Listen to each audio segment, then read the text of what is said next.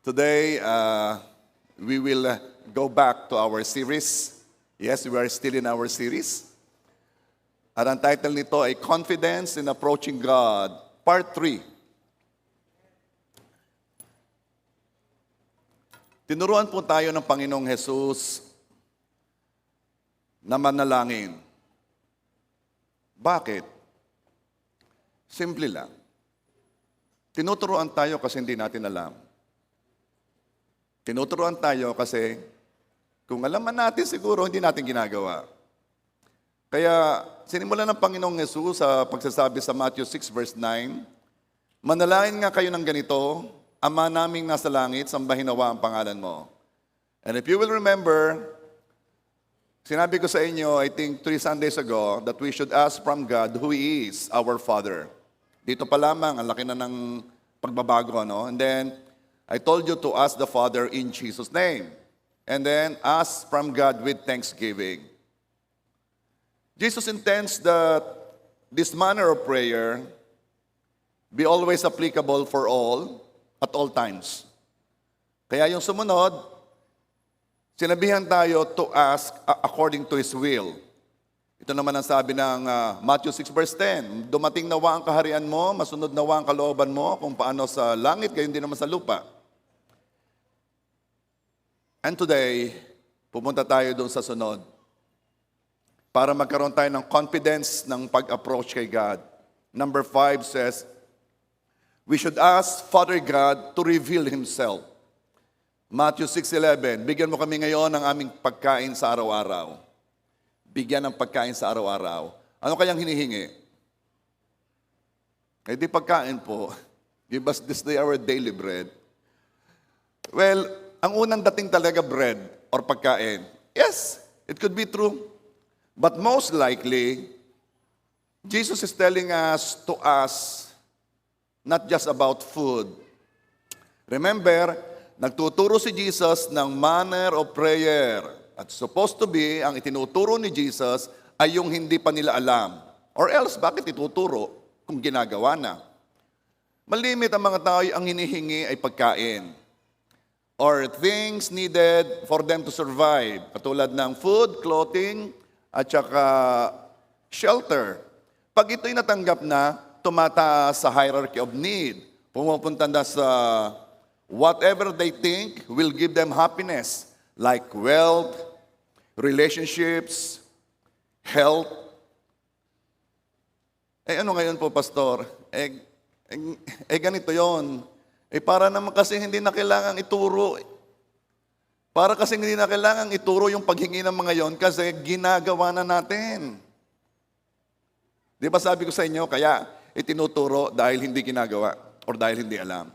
Also, it is my belief that it's not just about food dahil yung utos kung gaano kalimit humingi. Bigyan mo kami ngayon ng aming pagkain sa araw-araw. This prayer will not make sense o kaya wala itong dating doon sa mayayaman. Na punong-puno ang rep at ang freezer ng pagkain, good for 6 months. Alam ka naman yan, humingi pa nung humingi ng pagkain araw-araw, marunang ang pagkain. Kaya, ano ba to? Jesus is teaching us na hingin ang tunay nating kailangan. Na hindi hinihingi ng maraming tao until now. If this is not food, then ano po ito? The bread that God is talking about is the Word. Ang salita ng Diyos. Deuteronomy 8 verse 3 says, hindi lamang sa tinapay nabubuhay ang tao, kundi sa bawat salitang lumalabas sa bibig ng Panginoon. We should ask God to give us our daily word. Ito ang pagkain kailangan ng ating spirito araw-araw. Kaya Matthew 6:11 could be translated as, bigyan mo kami ngayon ng iyong salita sa araw-araw. Kaya the cry of our heart should be, speak to me, O God. Reveal yourself to me. At sa totoo lang, walang nananalangin ng ganon. O hindi masyadong nananalangin ng ganon. Hindi ganon ang prayers natin. Sino yung pagpasok agad, Lalo't nagsisimula ka pa lang sa iyong Christian life, sinong pagnanalangin ni Lord, reveal yourself to me. Hindi. Malimit ay, Lord, pahingi. So we should approach God confidently by speaking the word. Kapag nananalangin ka, word agad. Dahil sabi ng Isaiah 55 verse 11, so shall my word be that goes forth from my mouth, it shall not return to me void, but it shall accomplish what I please, and it shall prosper in the thing for which I sent it. Ang salita ng Diyos na kanyang binitawan ay hindi babalik sa kanya until nagagawa nito ang dapat itong gawin. Yes, ang word of God lumabas sa bibig ni Lord at gagawin itong dapat gawin. Sinugo yung word na yan. Kaya naman, we all must speak His word back to Him. Sasalitain natin ang kanyang salita pabalik sa kanya. Parang ganito, Lord, ang sabi mo, Lord, ay ganito. Lord, ang sabi mo, lahat na patungan ng kamay ko'y gagaling. Ibabalik mo sa kanya yon kasi siyang misabi nun eh. At basta salita niya, pag binalik sa kanya, automatic, nagawa noon ang dapat itong gawin.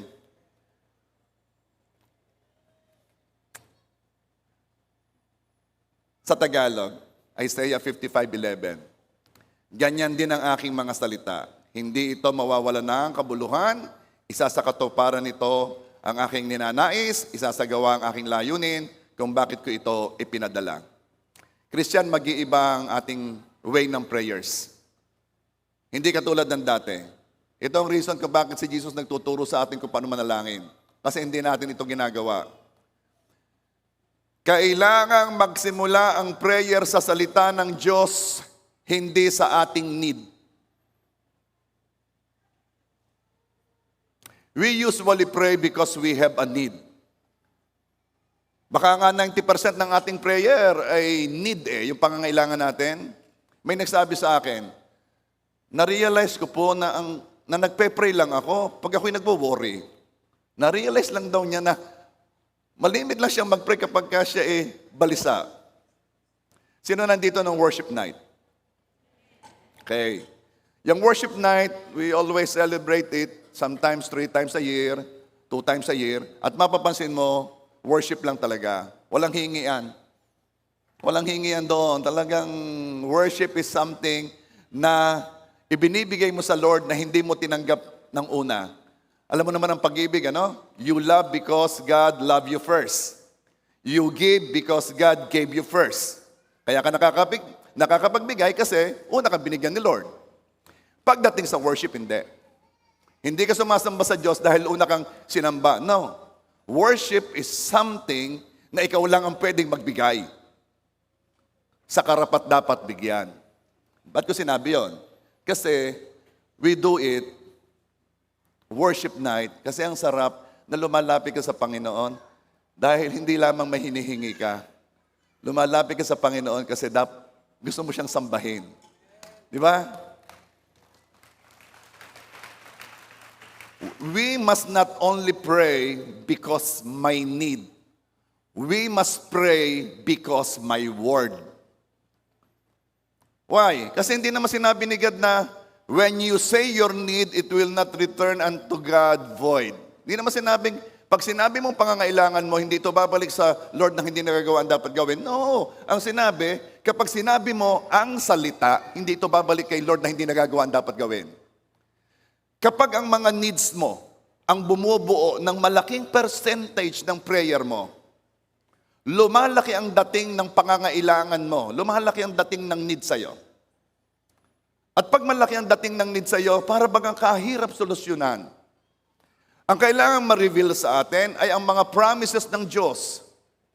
At kapag ito'y nangyari, manghihina ang dating ng need. Kaya kailangan natin ng word. Kaya sabi ni Jesus, manalangin kayo ng ganito, give us today our daily bread. Kapag ang need, ang motivation ng prayer, ito ang mangyayari. nagiging emotional ang prayer mo. Kapag need, Lord, kailangan ko nito. Alam mo naman, kita mo naman, Lord, kailangan ko ito. Matagal na akong naghihintay, Lord, ako'y naapektuhan na, nahihirapan ako. Ang approach mo kay God ay need. At most likely, kapag ang approach mo kay God ay may need ka, magiging emotional ang prayer mo. At kapag naging emotional ka na, ito naman ang nangyayari. Naiisip mong nakukuha mong attention ni Lord. Naiisip mong nakaka-breakthrough ka sa iyong prayers kasi umiiyak ka na. Kaya naman pagkatapos ng prayer, mararanasan mo, bakit kaya ako'y nanalangin na, ako'y worried pa rin? Bakit kaya ako'y nanalangin na, ako'y takot pa rin? You know why? Kasi hindi emotion sa prayer ang nagdadala ng peace. Ang salita ng Diyos ang nagdadala ng peace. At kailangang may salita ikaw pag nananalangin na pangtapat sa need mo. Psalms 55 verse 22. Give your burdens to the Lord, and He will take care of you. He will not permit the godly to sleep and fall. Kapag ikaw ay natatakot, nagwo-worry, kailangan mo ng salita na mag-aalis noon, pangtapat doon sa pangangailangan mo. At kapag narinig mo, wow, give my burdens kay Lord, ibibigay ko ang mga kabigatan ko kay Lord. At aalagaan niya ako, He will take care of me. Nare-reveal ang word sa'yo. Kaya pag yun ang una mong banat, pag nananalangin ka, Lord, sabi mo sa iyong salita, ibigay ko ang kabigatan ko sa iyo. Sabi mo sa iyong salita, aalagaan mo ako. Nag-iiba ang approach mo kay Lord. Hindi na need. Ang approach mo kay Lord, word na. Kaya pala, Lord, give us today our daily bread. Kasi mahirap manalangin kung wala kang bread, wala kang word. Mapupuno ang panalangin mo ng Lord, give me, give me, give me.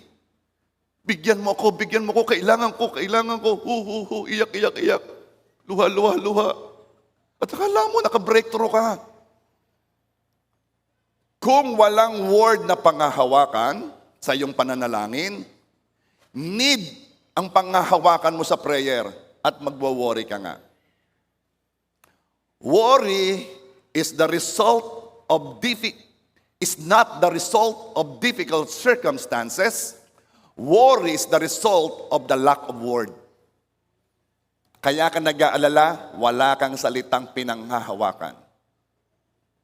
Lord, pagalingin mo na ako, Lord. Lord, matagal ko na itong tinitiis, Lord. Nakikita mo ba, Lord, ako? No. Kailangan ang prayer mo ay magsimula sa salita ng Diyos, hindi sa need. Lord, sabi mo sa Isaiah,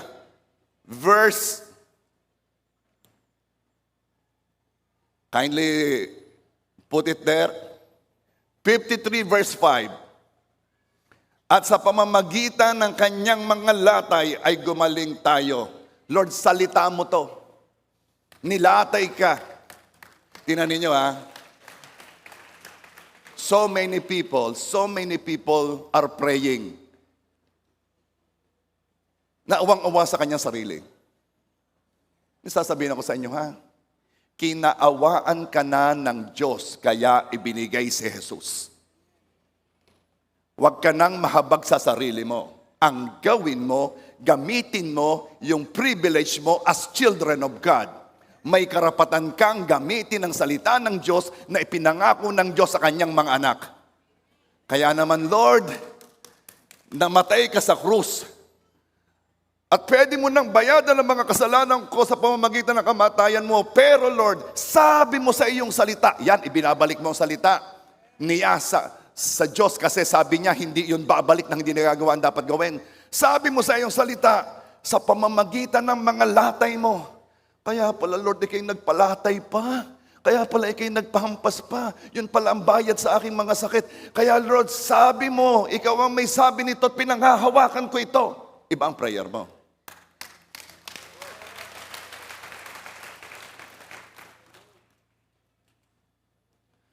Lord, nagtatagal na ang hinihingi ko. Matagal na akong naghihintay, Lord. Pastor, masama bang umiyak? Abay, hindi naman. Ako nga gagayat na sibuyas, hindi ko mapigilan. Okay lang. Hindi ko pinagbabawal ang umiyak. Tinuturuan lang tayo ng Panginoong Jesus na manalangin. Kung iiyak ka, samahan mo pa rin ng Word of God. Lord, sabi mo sa iyong salita. Hindi umiyak ka. Pero ako hindi na ako naiyak kasi alam ko kung sino ako sa Panginoong Jesus.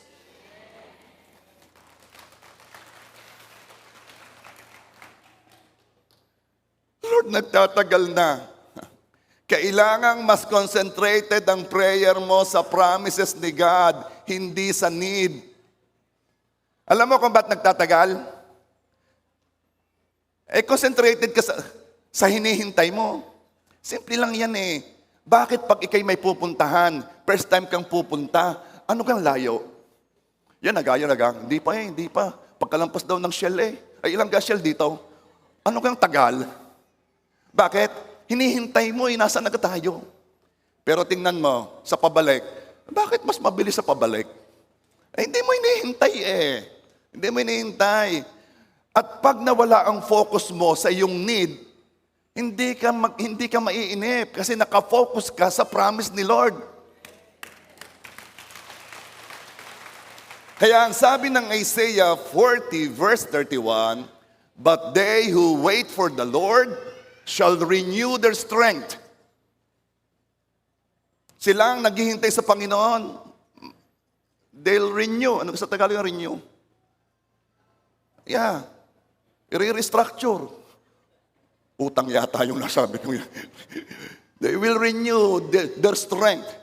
They shall mount up with wings like eagles. They shall run and not be weary. They shall walk and not faint. Yan ang mga naghihintay sa Panginoon. At ba't ka naghihintay sa Panginoon? Kasi may pinanghahawakan kang salita. Huwag mo sabihin naghihintay ka sa Panginoon, tapos wala ka namang pinanghahawakan salita. Anong hinihintay mo? Tinuturuan tayo ni Jesus na humingi ng daily word. Bakit? Kasi ang effective prayer ay ang prayer na dependent sa word. Naalala ko ang ating kapatid from London. Siya ay taga rito, ano? Ang pangalan niya ay si Alizel Comilla Carrido. Pakita ko nga ang picture ni Alizel. Yan. Si Alizel ay yung girl. Siyempre, Alizel yan. No? Yung katabi niya, kanyang asawa si Jeffrey. Si Jeffrey, anak ni Sister Nelia. Nariyan ka ba, Sister Nelia? Okay. Ba't ang mga mother, pag nakita ang picture ng kanilang anak, kita-kita Sister Nelia, ay, ngiting-ngiti Okay. Sadya talagang gayon. Tingnan ninyo, pag nasayaw ang inyong mga anak, digi ang dami, nakikita ganyan yung katabi ng inyong mga anak. Wala, hindi. Ay, ang mga batang kasabay ng aking anak sa pagsayaw, wala sa timing. Lahat sila wala sa timing, ang anak mo lang nasa timing. Doon ka lang nakatingin. Anyway, siya si Alizel. Ito ang kanyang istorya. 2016, na-diagnose ang tatay niya, ni Alizel, with liver cirrhosis. In and out sa hospital. At later, na-stroke pa ang kanyang mother. Nasa medics yung isa, nasa pediatrics yung isa. Si Alizel, na noon ay nasa London, hanggang ngayon nasa London, ang gumastos lahat.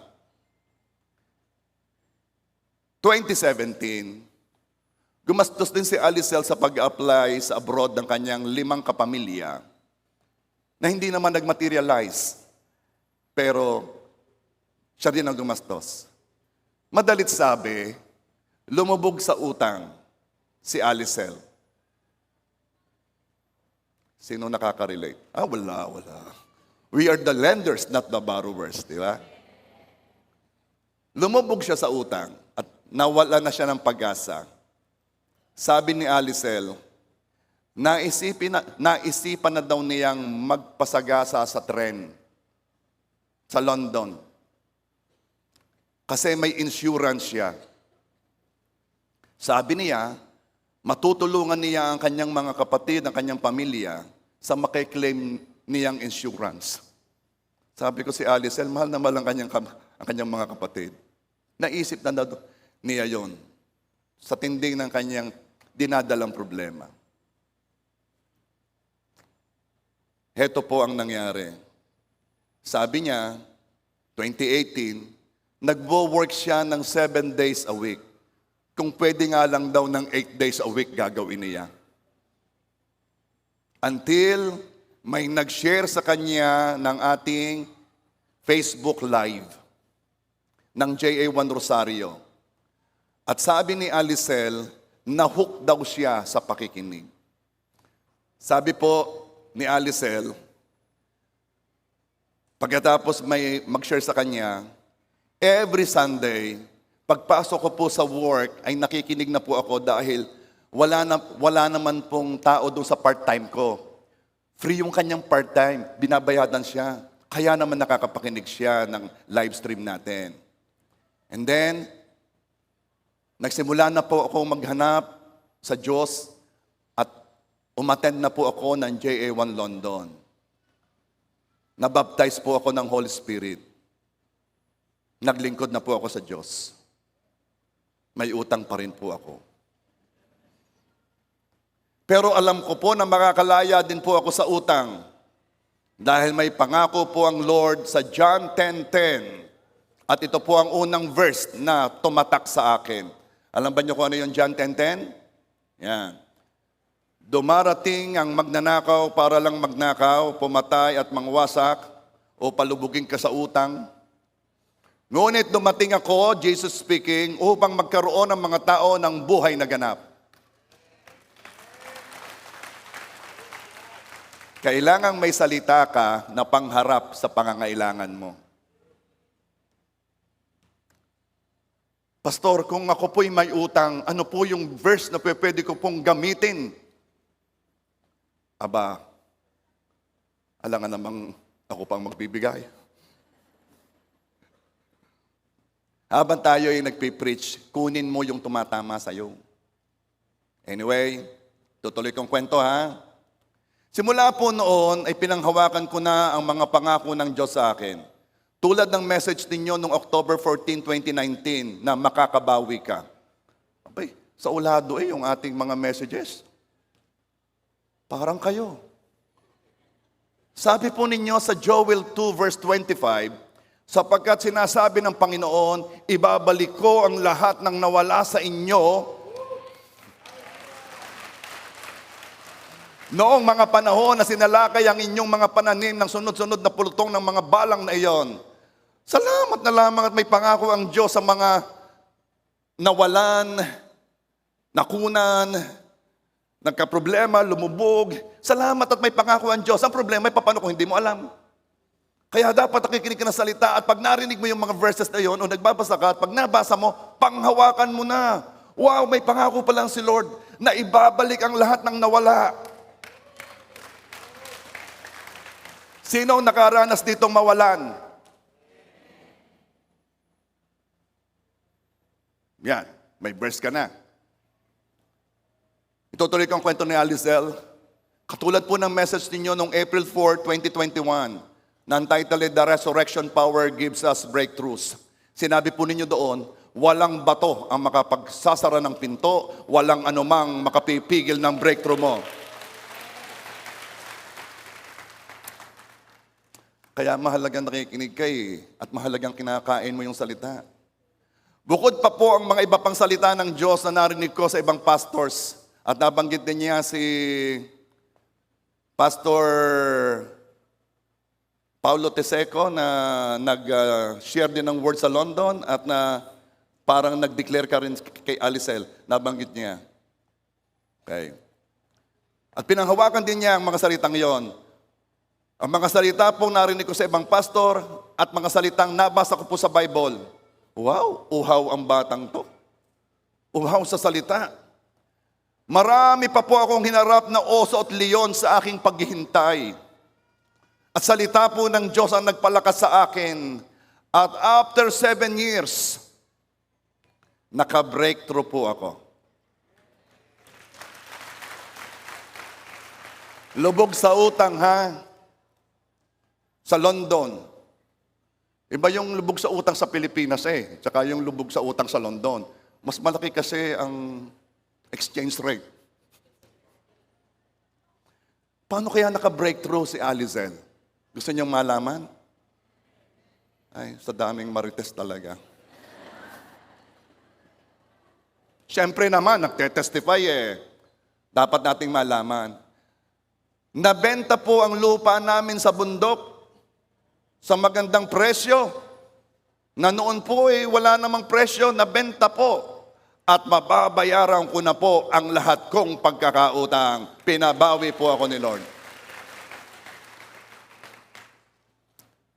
Narito ba si Albert, kapatid ni Alizel? Wow.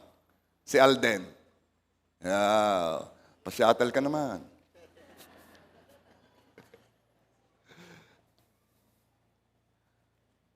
Huwag kang lalapit kay God dahil may oso at leon. Okay, yung hindi alam ang sinasabi kong oso at leon, ibig sabihin hindi ka nakinig last Sunday. Huwag kang lalapit kay God dahil meron kang mga pagsubok, problema. Di kaya ako nalapit dahil doon. No. Lalapit ka kay God kasi may word ka ng pangharap sa mga oso at leon.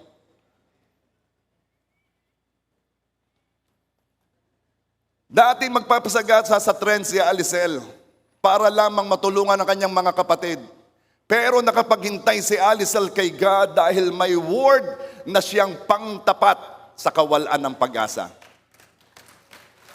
At hindi babalik ang salita na hindi nagagawa ang dapat nitong gawin. Kapag may salita ka na, panghawakan mo na yan. Hanggang dulo, hanggat hindi mo nakikita, panghawakan mo yan. Lord, ang sabi mo, sa iyong salita, ako ay iyong ginawa ayon sa iyong wangis. Ang ibig sabihin, may pag-asa pa akong pumogi. Maghintay ka. Okay, ito naman narinig na ninyo pero madami ako nakikita ng mga bago baka mabibili pa ang joke sa mga ito. Okay, merong asawang babae na lumapit sa isang anointed man of God.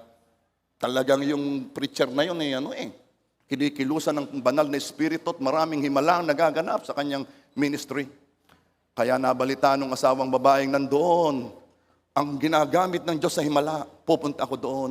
Sinama niya ang kanyang asawang lalaki at sinabi niya, Pastor, ito po ang aking asawang lalaki, papugihin ninyo. Tiningnan ng pastor, at alam naman ninyo ang mga pastor ay puno ng pananampalataya. Tumigil ang buong kongregasyon, kasi talaga, kuha atensyon naman yung babae. Nasa kalagitan ng preaching, dinala talaga yung kanyang asawang lalaki. At tiningnan ng mga tao, parang mas madali yata ang bumuhay ng patay. Ganon po ang tayo nung hinihingi ng asawang babae. At heto na po, dinala na ng asawang babae yung kanyang asawang lalaki sa una at pinag-pray na ng pastor. Ginamit na po ang lahat niyang nalalaman simula Genesis hanggang Revelation. Sinabi niya lahat ng pangako ng Diyos. At sabi ng Diyos, Jesus wept. At pinatungan niya ng kanyang kamay. At pinanalangin niya. At ang mga tao ay tumitigil. Tahimik na tahimik. Tinitingnan nila kung ano mangyayari. At pagkatapos ng prayer, heto na! At bumukas ang mata ng mga tao. Sabi ng mga tao, pareho pa rin. At nung nakita ng asawang babae, biglang nagsisigaw, yay! Ang gwapo ng asawa ko! Ang gwapo ng asawa ko! Tumalab po ang prayer, pero sa babae tumalab.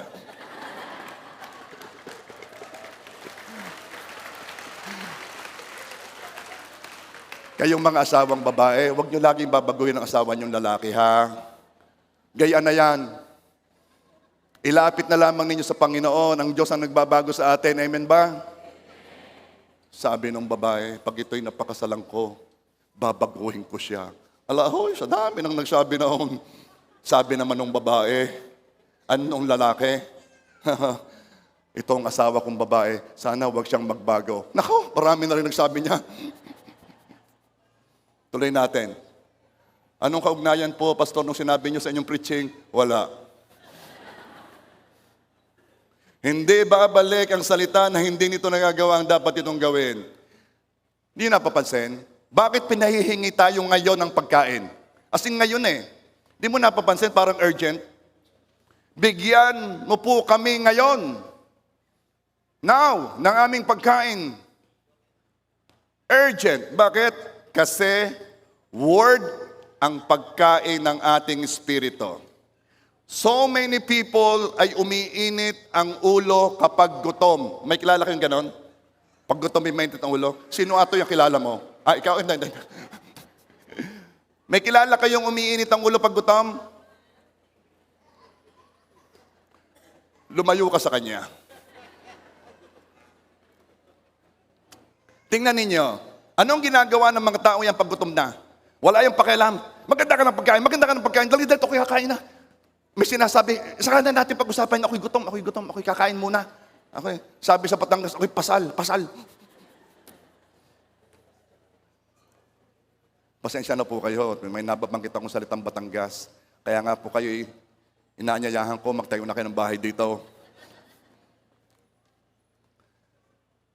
Nagmamadali sa pagkain kasi gutom.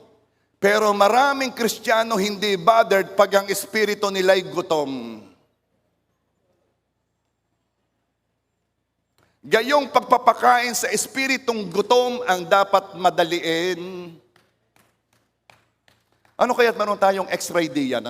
Yung ng pagdaan mo, makikita mo kung ang iyong espiritu ay malnourished. Yung gang gutom na gutom, yung gang walang salitang pumapasok. Puro lomi.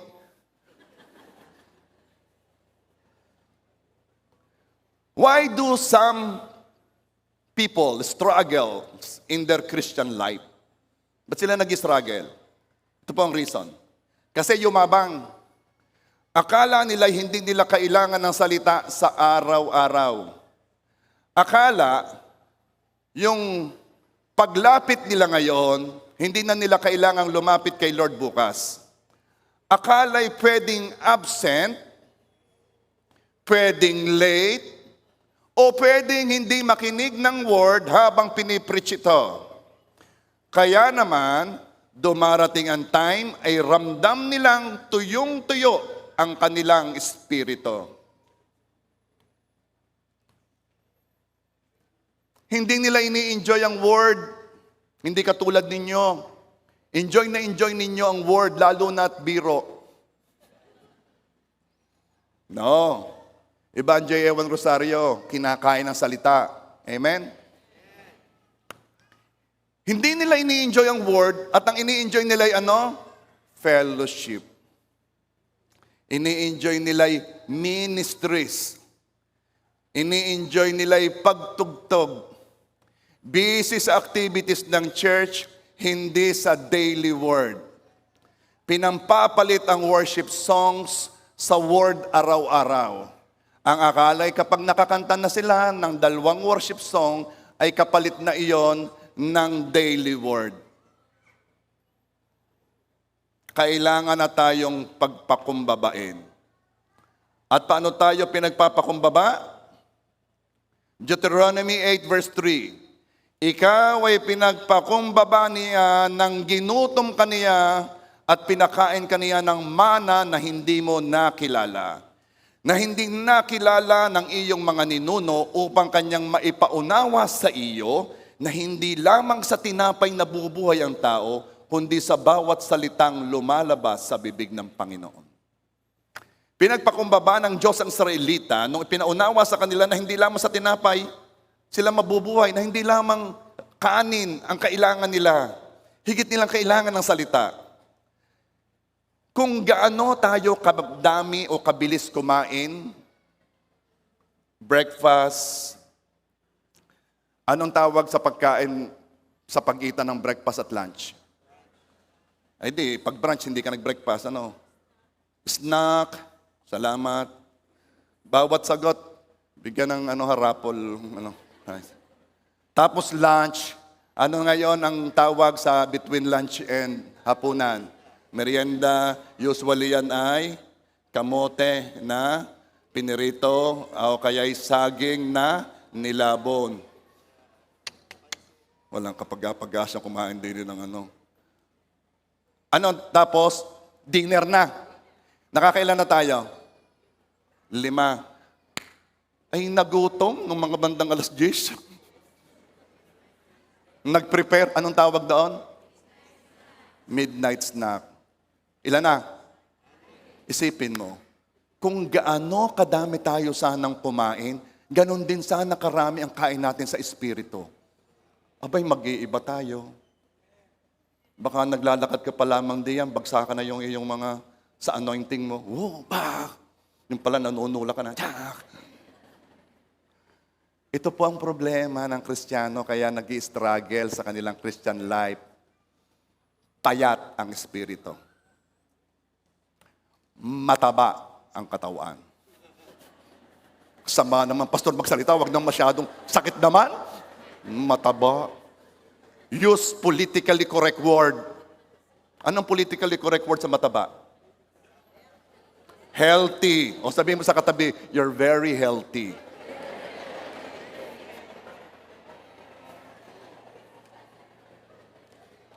Okay. Pinagpakumbaba tayo ng Diyos. Noong sinabi sa ating walang araw na hindi natin kakailanganin ng salita.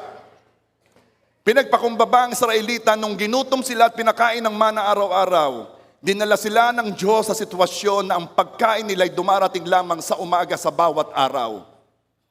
Alam niyo yung mana noon? Ang mana dumarating lamang sa umaga kasabay ng hamog. At sinabi ng Diyos, kainin lang ninyo, kunin lang ninyo yung makakain nyo sa buong araw. At sinigurado ni God na magaganap yon dahil nagkakauod kapag sila'y nag-ipon ng mana para bukas. Anong ibig sabihin? Paano sila pinagpakumbaba? Ipinaunawa ng Diyos, Israelita, kayo'y dependent sa akin.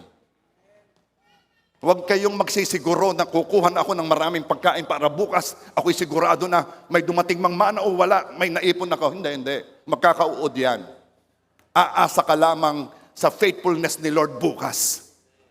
Pagpapakumbabain kita, hindi ka naaasa sa lakas mo, hindi ka naaasa sa galing mo, hindi ka naaasa sa yaman mo, hindi ka naaasa sa connection mo, hindi ka naaasa kung kanino pa man, aasa ka lang sa akin. Dahil kung ano tinanggap mo ngayon, hanggang ngayon lang yan.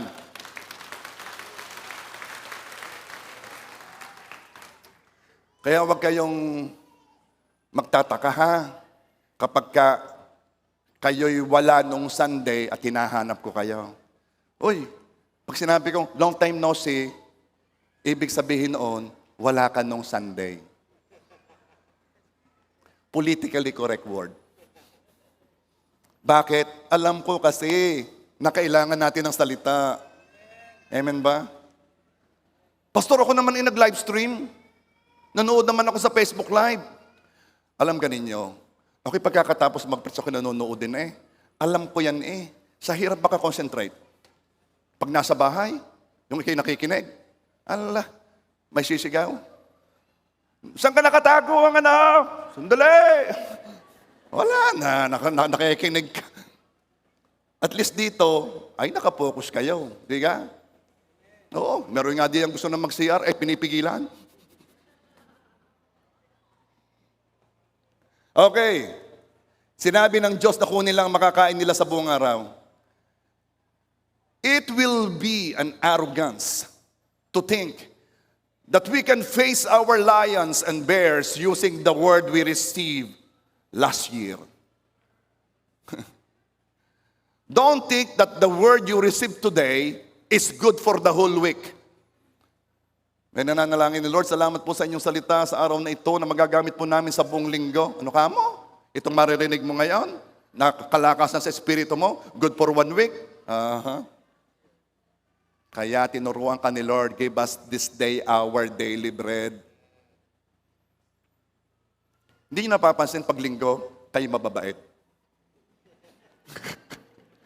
Tingnan ninyo, iba pagka Sunday, parang kang kababait.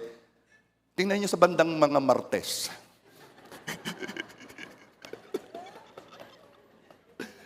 Lalo na pag yung Webes, Biyernes, ay nako.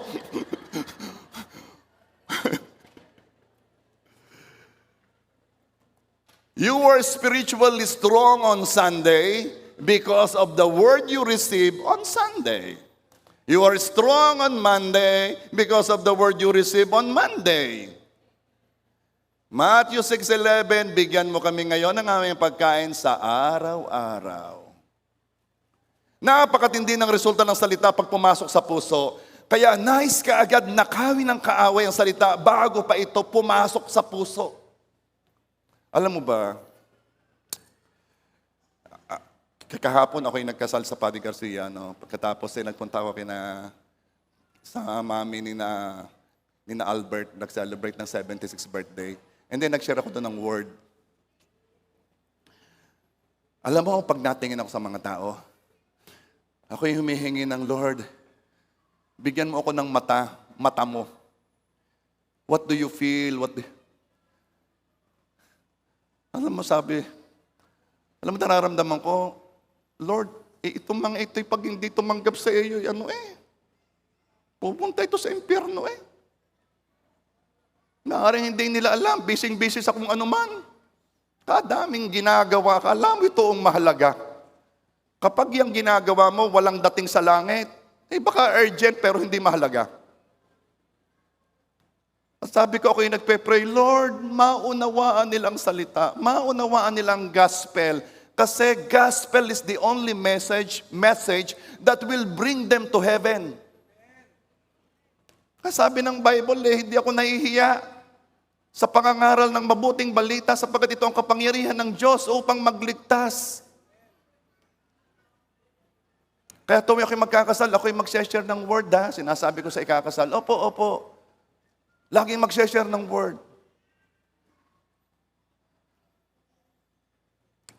Napakahalagang maunawaan ng salita. Kasi pag hindi mo naunawaan ng salita, nanakaw na yan ng kaaway. Itong sabi ng Matthew, noong nagkukwento si Jesus ng mga parables, at ang sabi ni Jesus, Matthew 13 verse 3, may isang magsasakang naghasik ng binhi. And verse 4, sa kanyang paghahasik, may mga binhing nahulog sa tabi ng daan. Dumating ang mga ibon at tinuka ang mga binhing iyon. And then, ipinaliwanag ni Jesus kung ano ang meaning ng talinhaga. Tuloy natin, Matthew 13 verse 19. Ang tabi ng daan kung saan nahulog ang ilang binhi ay ang mga taong nakinig ng mensahe tungkol sa paghahari ng Diyos pero hindi nakaunawa. Dumating si Satanas, inagaw ang salita sa kanilang puso.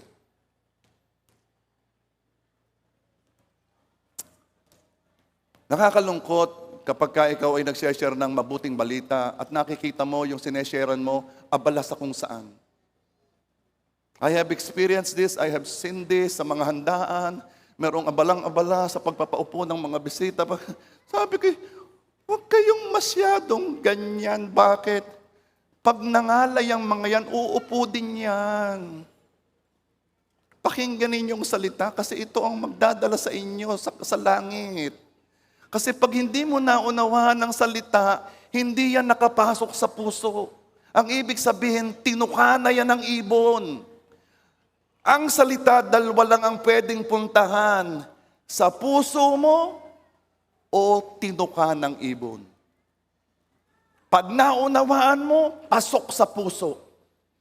Pag hindi mo naunawaan o hindi mo inunawa, natuka ng ibon. Kaya gawin mo ang lahat para actively ikaw ay nakikinig. Active listening. Alam kong may effort yan. Listening is mahirap. Lalo't sanay na ikaw ang naimik. Sa hirap ng makinig lang. Kaya yung mga hindi sanay makinig, habang ako'y nagtuturo din sila sa katabi nila. Alam ko mahirap yan, pero para maunawaan mong salita, kailangan ito'y pakinggan mo't unawain mo. Are you there? Kaya naman, In conclusion, let's treasure the word more than food.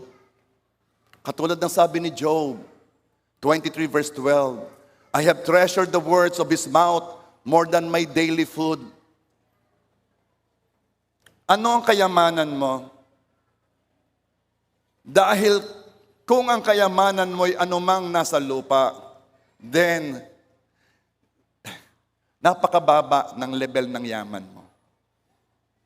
Yang yamang yan, hindi na yan mapupunuan kapag ka ang pangangailangan mo na ay patungkol sa bagay na hindi kayang abutin na yan. At sabi ni Job, I have treasured the words of his mouth more than my daily food. Magagawa mo lang ito kung enjoy ka sa salita. Psalms 119 verse 103, how sweet are your words to my taste, sweeter than honey to my mouth. Alam mo ba nung sinabi nila ito? Wala pang table sugar, wala pang asukal. Nung sinabi nila ito, wala pang diabetes. Ang honey ang pinakamatamis. At sinabi ng psalmist, mas matamis ang salita mo kaysa pulot. Bakit ayaw ng Bible na ang asawa'y hindi Christian? Bakit?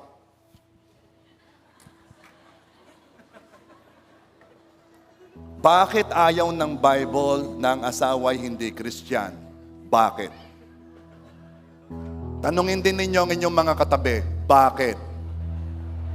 Sige, idiin ninyo yung merong yung gusto mong maunawaan nila tuwag matukan ng ibon. Ito yon. Maaari ba namang ikaw, enjoy na enjoy sa salita, ang asawa mo'y hindi? Maaari ba namang gusto mong makinig ng word, umattend ng Sunday service, ang asawa mo'y hindi? Ito ang mangyayari. Aaron, ito ang mangyayari, ha? At least sila, alam na nila. Ang dalawa na parehong nagmamahal kay Lord at enjoy sa salita, lalapit yan kay Lord pareho. At habang sila'y lumalapit, papalapit din sila ng papalapit sa bawat isa. Kaya pag ako'y nagkakasal, sinasabi ko, kayong dalawa ha, sinama ninyo ang Diyos sa inyong kasal. Pag ang napangasawa mo hindi enjoy sa salita, ikaw ay nalapit kay God, siya'y hindi. Siya'y kung saan-saan lumalapit. Wala pa kayang niya. Sa palagay niyo, magiging close kayo? Hindi kayo magiging close. At ito ang mangyayari. Ikaw na lumalapit kay Lord, siyempre gusto mo close ka rin sa asawa mo. Mamimili ka ngayon. Lalapit ako kay Lord o lalapit ako sa asawa ko? Sunday, gusto mong lumapit kay Lord, sabi ng asawa mo, tayo sa laiya. At ikaw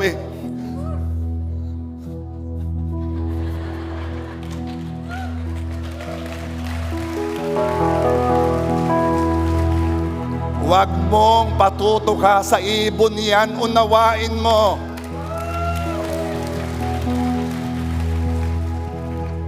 Lord, ang dalangin ko, itong nanliligaw na ito, pagdating ng araw, ay lumapit din sa iyo. Yun ang maraming prayer ng mga babae, lalo't pogi na ang nanliligaw.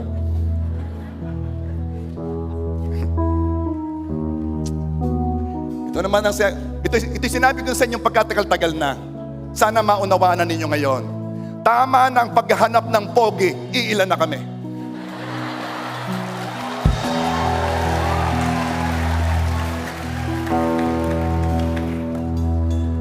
Yung isa, nakuha ng Ate LB. Yung isa, nakuha ni Maring Beth. Yung isa nakuha ni Heidi.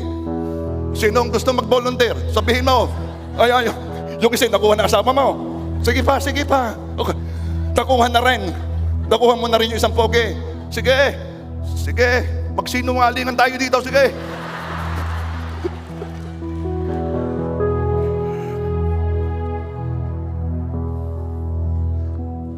Simulan mo lang ang pagbabasa.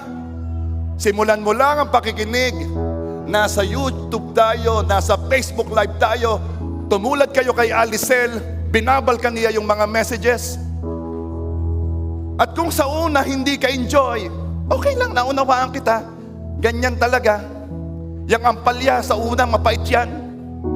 Pero habang nagtatagal, lalo na't libre, sumasarap ang ampalya. At sasabihin mo, healthy pala to, healthy. Start reading, start hearing, start talking about the word at lalo mo itong magugustuhan. Dahil nag-enjoy ka sa salita. Nag-enjoy ba ka sa salita ng Diyos ngayon? Then, devour every word na nasabi na noon, na pinreach na noon. Balkan mo, pakinggan mo ulit. Ang word sa puso, ang lakas natin. Sabi ng 119 verse 11, Your word I have hidden in my heart that I might not sin against you. Paano ba itago ang word sa puso? Develop the habit of devotion. Habit lang yan, yan ay nabubuo. Attend life group. Attend Zoom mentoring. Attend midweek service in addition sa Sunday service because we need to hear the word often. Lamang ang Christian na may word araw-araw. Lamang ang Christian na nagme-memorize ng verse. Kasi ito'y ibinigay na salita sa iyo na naipon sa puso mo. Ito'y inilalabas ng Holy Spirit pag kailangan mo sa prayer. Lamang ang Christian na nagme-meditate ng word. Are you happy? Kung hindi, bibigyan ko kayo ng promise ni Lord. Kukuha tayo ng salita pangharap sa lahat nating pangangailangan. Sige. Alam mo, in the beginning was the Word, and the Word was with God, and the Word was God, and the Word was made flesh. Ngayon, palakpakan natin ang Diyos sa Kanyang mga pangako sa atin. Ang Kanyang mga salitang buhay, kumikilos, makapangyarihan sa ating puso. This is the air.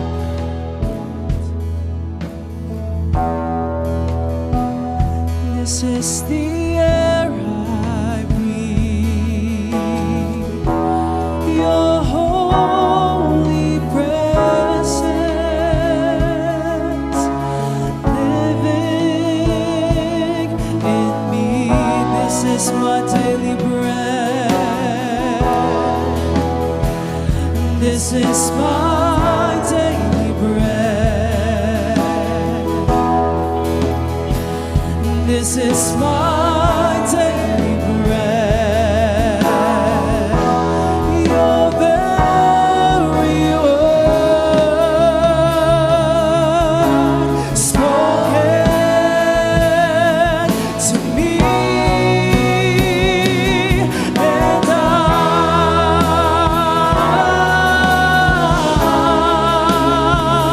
I'm desperate for you.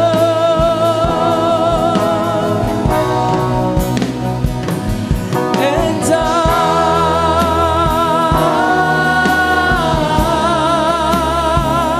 I'm lost without you. This is the end. This is the air I breathe. This is the air I breathe. Your holy presence. Your holy presence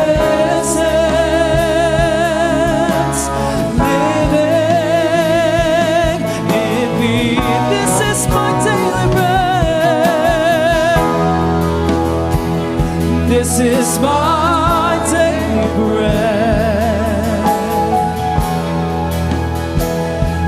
is my daily bread. Your very word spoken to me, and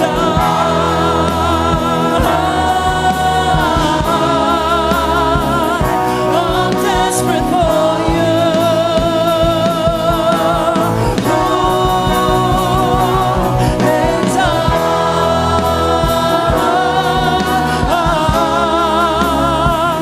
I'm lost without you. We are desperate for you, God. And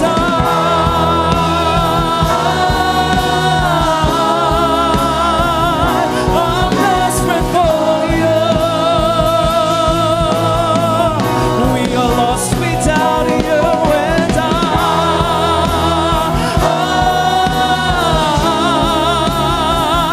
I'm lost without you.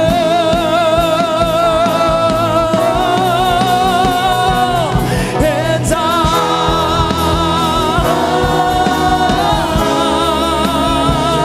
I'm desperate for you. And we are lost, and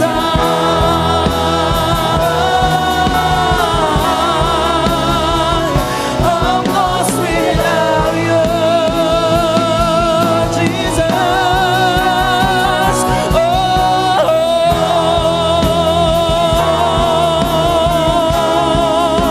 We're desperate for you, God.